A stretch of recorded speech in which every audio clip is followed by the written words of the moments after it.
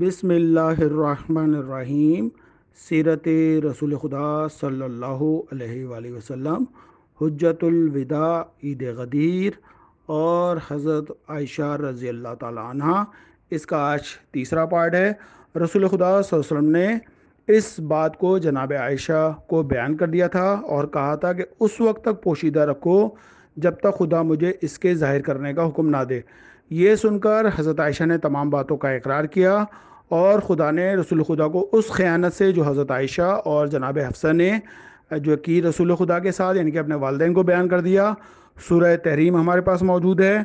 تاریخ ابن کثیر میں جو ہے امام ابو جعفر بن طبری نے عید غدیر کے واقعوں کو بلا تمیز جو ہے 2 جلدوں میں جمع کیا۔ اسی طرح امام بن عساکر رحمۃ اللہ نے 571 میں اس خطبے کے سلسلے میں کافی روایت بیان کی ہے۔ جب رسول خدا کا انتقال ہونے لگا، ایک واقعہ یاد کیا، اس کے بارے میں بیان کرتا ہوں۔ تو اس وقت رسول خدا جو ہے جناب حضرت عائشہ کے گھر میں چلے گئے تھے اور حضرت عائشہ کی گود میں سر رکھ کر لیٹ گئے۔ اسی اسنا میں عبد الرحمن بن ابی بکر ایک تر مسواک ہاتھ میں لیے ہوئے حاضر ہوئے۔ آپ نے اس کی طرف غور سے دیکھا۔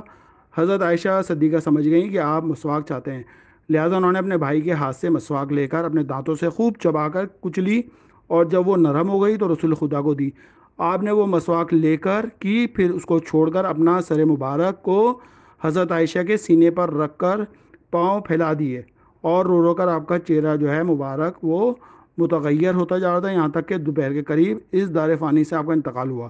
حضرت عائشہ فرماتی ہیں کہ رسول خدا کا انتقال میرے سینے اور حلق کے درمیان میں ہوا۔ پیر کے دن دوپہر کے وقت جب وہ 11 راتیں ربیع اول کی گزر چکی تھیں اور اگلے دن منگل کو بعد از دوپہر دفن کیے گئے۔ یہ واقعہ جو تھا تاریخ ابن خلدون حصہ اول 439 میں ہے۔ اب آتے ہیں رسول خدا کی سیرت کے بارے میں۔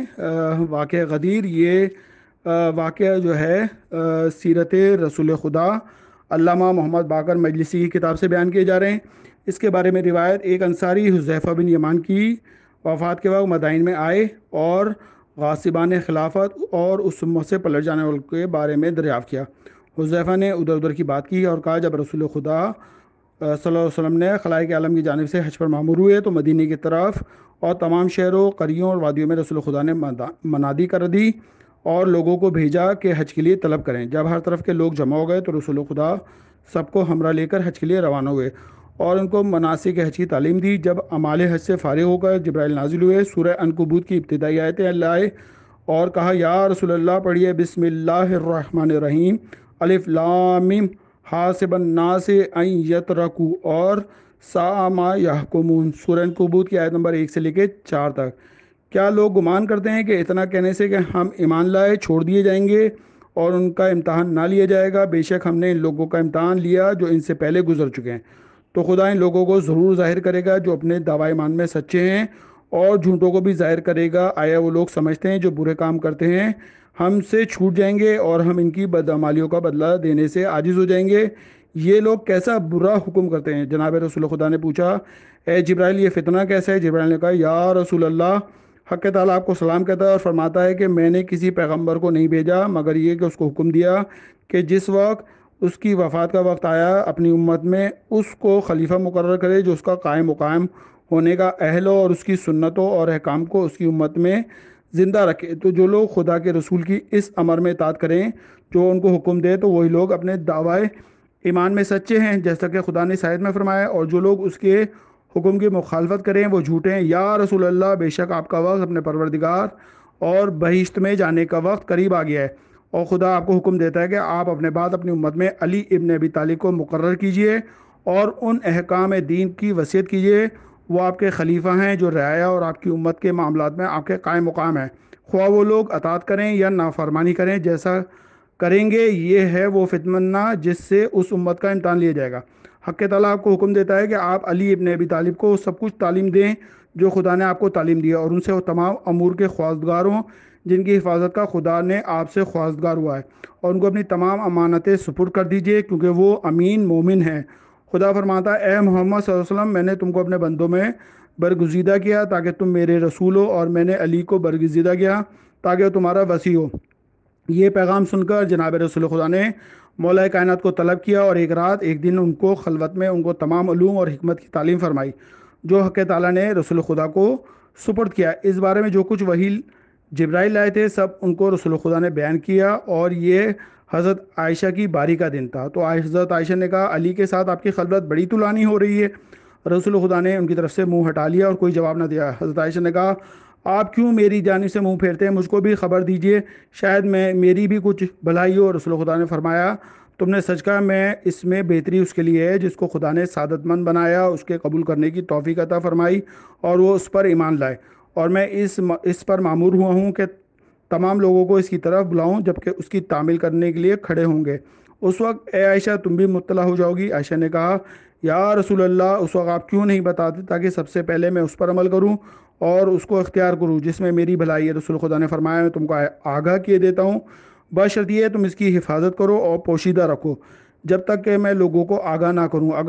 اگر تم اس کو افشا نہ کرو گی تو خدا تم کو دنیا اور آخرت کے نقصان سے محفوظ رکھے گا، اور تم کو خدا رسول پر ایمان کی طرف سبقت اور عجلت کی فضیلت حاصل ہوگی۔ اگر تم نے اس کو ضائع کیا، اس کی رعایت کو ترک کیا جو میں تم کو بتاتا ہوں، تو تم کافر ہو جاؤ گی، تمہارے ثوابات ضبط اور برباد ہو جائیں گے، تم سے خدا اور رسول بیزار اور الگ ہو جائیں گے، تم بھی نقصان اٹھانے والوں میں سے ہوں گی، اور تمہارے عمل سے خدا اور رسول کو کوئی نقصان نہ پہنچے گا۔ یہ سن کر وہ ضامن ہوئی کہ میں اس راز کی حفاظت کروں گی، اس کو افشا نہ کروں گی، اس پر ایمان لائیں گی، اس کی رعایت کریں گی۔ تب سرور کائنات نے ان سے فرمایا خداوند عالم نے مجھے خبر دی ہے کہ میری عمر آخر ہو رہی ہے، اور مجھے حکم دیا ہے کہ علی کو لوگوں کے درمیان علم اور نشان قرار دوں اور ان کا امام اور پیشوا بناؤں، ان کو اپنا خلیفہ مقرر کروں جس طرح کے پیغمبران گزشتہ نے اپنے اوصیاء کو خلیفہ بنایا، اور میں نے اپنے پروردگار کے حکم کا متی ہوں اور اس کے فرمانے پر عمل کرتا ہوں۔ لہذا تم کو اے عائشہ چاہیے کہ اس راز کو اپنے دل میں رکھو، اس وقت تک پوشیدہ رکھو جب تک کہ خدا مجھ کو اس کے ظاہر کرنے کا حکم نہ دے۔ یہ سن کر حضرت عائشہ نے تمام باتوں کا اقرار کیا، اور خدا نے رسول خدا کو ہر اس خیانت سے جو عائشہ اور حفصہ اور ان کے باپوں نے اس بارے میں کیا آگاہ فرمایا۔ حضرت عائشہ نے فوراً اس راز کو حفصہ سے کہہ دیا، پھر ان دونوں نے اپنے والدوں سے بیان کیا۔ پھر ان دونوں صاحبان نے مجتمع ہو کر جماعت طلقہ اور منافقوں کو اس راز سے آگاہ کیا، تو ان میں سے بعض نے بعض سے کہا محمد خلافت کے بارے میں چاہتے ہیں کہ کسریٰ اور قیصر کے طور پر طریقے پر عمل کریں تاکہ خلافت قیامت تک ہمیشہ ان کی ذریت میں رہے، اور خدا کی قسم تم کو زندگی کا کچھ لطف حاصل نہ ہوگا اگر خلافت علی کو مل گئی، بے شک محمد صلی اللہ علیہ وسلم تمہارے ساتھ ظاہرداری بھی کرتے ہیں، اور علی تو وہی عمل کریں گے جو رسول خدا کرتے ہیں، لہذا خوب غور و فکر کرو، اپنے بارے میں اس کے متعلق سوچو اور پہلے ہی جو کچھ تمہاری رائے ہو طے کر لو۔ ان لوگوں نے اس کے مطابق بہت سی باتیں کی اور بہت سی تدبیروں پر غور کیا، یہاں تک کہ اس بات پر اتفاق کیا کہ رسول خدا کے ناکہ کو ہر گھاٹی پر بھڑکا دیں گے تاکہ رسول خدا کو گرا دیں اور رسول خدا ہلاک ہو جائیں۔ اور اس سے پہلے غزوہ تبوک میں اس قرارداد پر عمل بھی کیا گیا، مگر خدا نے اپنے پیغمبر کو ان کے شر سے بچا لیا۔ پھر برابر منافقین جمع ہو کر کوشش کرتے رہے کہ رسول خدا کو ہلاک کر دیں یا زہر دیں، مگر ان کو کامیابی نہ ہوئی۔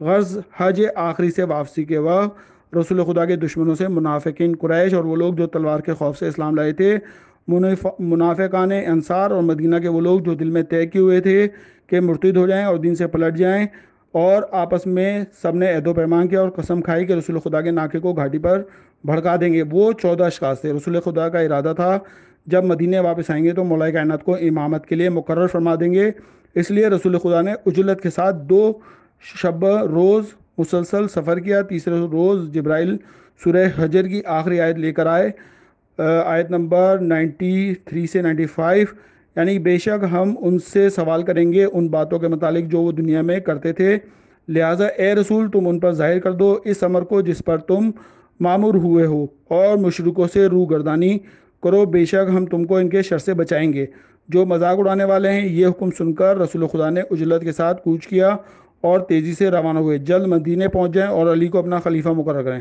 شب چارم آخری رات کو جبرائیل پھر نازل ہوئے اور یہ آیت لائے، یا ایھا الرسول البلغ ما انزل الیک من ربک، سورہ مائدہ آیت نمبر 67۔ حذیفہ نے کہا کافروں سے مراد وہ لوگ ہیں جنہوں نے رسول خدا کے قتل کا ارادہ کیا۔ جناب رسول خدا نے فرمایا اے جبرائیل تم دیکھو میں تو تیزی کے ساتھ مدینے جا رہا ہوں تاکہ وہاں پہنچ کر حاضر اور غائب ہر ایک پر ولایت علی فرض کر دوں۔ جبرائیل نے کہا حق تعالیٰ آپ کو حکم دیتا ہے کل علی کی ولایت لوگوں پر فرض کر دو جب قیام کرنا۔ رسول خدا نے فرمایا ایسے ہی ہوگا انشاءاللہ، کل ایسے ہی کروں گا۔ پھر رسول خدا نے حکم دیا تو لوگوں نے وہاں سے کوچ کیا اور غدیر خم تک پہنچے، اور وہاں قیام فرمایا، لوگوں کے ساتھ رسول خدا نے نماز پڑھی اور حکم دیا تو لوگ رسول خدا کے پاس جمع ہوئے اور مولا کائنات کو طلب کیا۔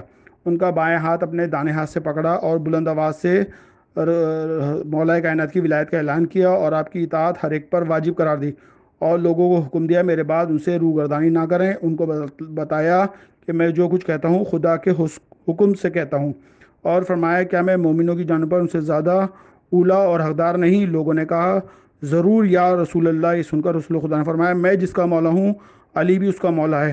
اللہم والے من والا و آدے من آدا ونصر من نصرہ وخذل من خذلہ۔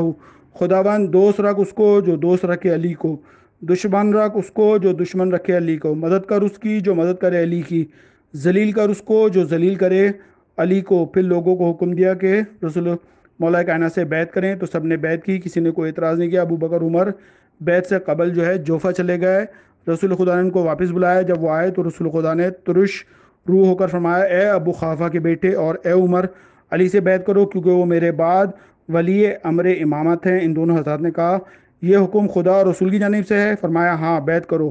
تو ان دونوں نے بیعت کی، پھر وہاں سے روانہ ہوئے اور باقی اس دن رات چلتے رہے یہاں تک کہ عقبہ عرشی کے نزدیک پہنچے۔ وہ دونوں پہلے وہاں پہنچ چکے تھے، اپنے ساتھ 3 ڈبے لیے ہوئے تھے جن میں سنگریزے بھرے ہوئے تھے۔ حذیفہ کہتے ہیں جب رسول خدا کے قریب پہنچے مجھ کو اور عمار یاسر کو طلب فرمایا اور عمار کو حکم دیا کہ ناکے کا سر پکڑیں اور کھینچتے چلے، اور مجھ سے فرمایا پیچھے رہو، یہاں تک کہ اسی طرح ہم عقبہ کے اوپر پہنچے اور وہ دونوں ہمارے پیچھے تھے۔ انہوں نے ان ڈبوں کو رسول خدا کے ناکے کے پیروں میں پھینک دیا، جس سے ناکا ڈرا اور نزدیک تھا کہ بھاگے اور رسول خدا کو گرا دے۔ رسول خدا نے ناکے کو للکارا کہ ساکن رہ، تجھ کو کچھ نقصان نہیں ہوگا۔ اس وقت خدا نے اس کو گویا کیا اور اس نے عربی فصیح زبان میں عرض کی یا رسول اللہ، خدا کی قسم اب میں اپنے ہاتھوں اور پیروں کو اپنی جگہ سے حرکت نہ دوں گا جب تک آپ میری پشت پر ہیں۔ پھر وہ دونوں ناکے کے قریب آئے تاکہ اس کو گرا دیں، تو میں اور عمار دونوں نے اپنی تلواریں کھینچ لی اور ان کی طرف دوڑے۔ رات بہت تاریک تھی اور وہ دونوں بھاگ گئے، اپنی تدبیر سے ناامید ہو گئے۔ حذیفہ کہتے ہیں میں نے پوچھا یا رسول اللہ یہ لوگ کون تھے جنہوں نے آپ کے ساتھ ایسی حرکت کی؟ رسول خدا نے فرمایا اے حذیفہ یہ دنیا آخرت میں منافقین ہیں۔ میں نے کہا آپ کچھ لوگوں کیوں نہیں بھیجتے کہ وہ ان کا سر کاٹ لائیں؟ رسول خدا نے فرمایا خدا نے مجھے حکم دیا ہے کہ ان سے معترض نہ ہو کہ لوگ کہیں کہ اپنی قوم کے لوگوں کو اور اپنے ساتھیوں کو دعوت اسلام دی، ان لوگوں نے قبول کیا اور انہی کی انات سے دشمنوں کے ساتھ جنگ کی، اور جب دشمن پر غالب ہو گئے تو انہی لوگوں کو مار ڈالا۔ اے حذیفہ ان کو چھوڑ دو، خداوند عالم قیامت کے روز ان کو اس کا بدلہ دے گا۔ اسی روشنی میں میں نے اس جماعت کے ایک ایک شخص کو پہچان لیا۔ جناب حذیفہ بیان کرتے ہیں ان سب کو پایا جن کا نام رسول خدا نے بتایا تھا۔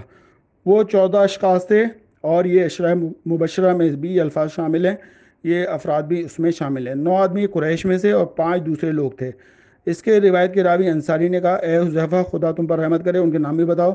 حذیفہ نے کہا خدا کی قسم وہ ابو بکر، عمر، عثمان، طلحہ، عبد الرحمن بن عوف، سعد بن ابی وقاص، ابو عبیدہ بن جراح، معاویہ بن ابی سفیان، عمرو ابن عاص، یہ لوگ قریش میں سے تھے، اور وہ دوسرے 5 ابو موسیٰ اشعری، مغیرہ بن شعبہ، اوس بن حدثان، ابو ہریرہ اور ابو طلحہ انصاری تھے۔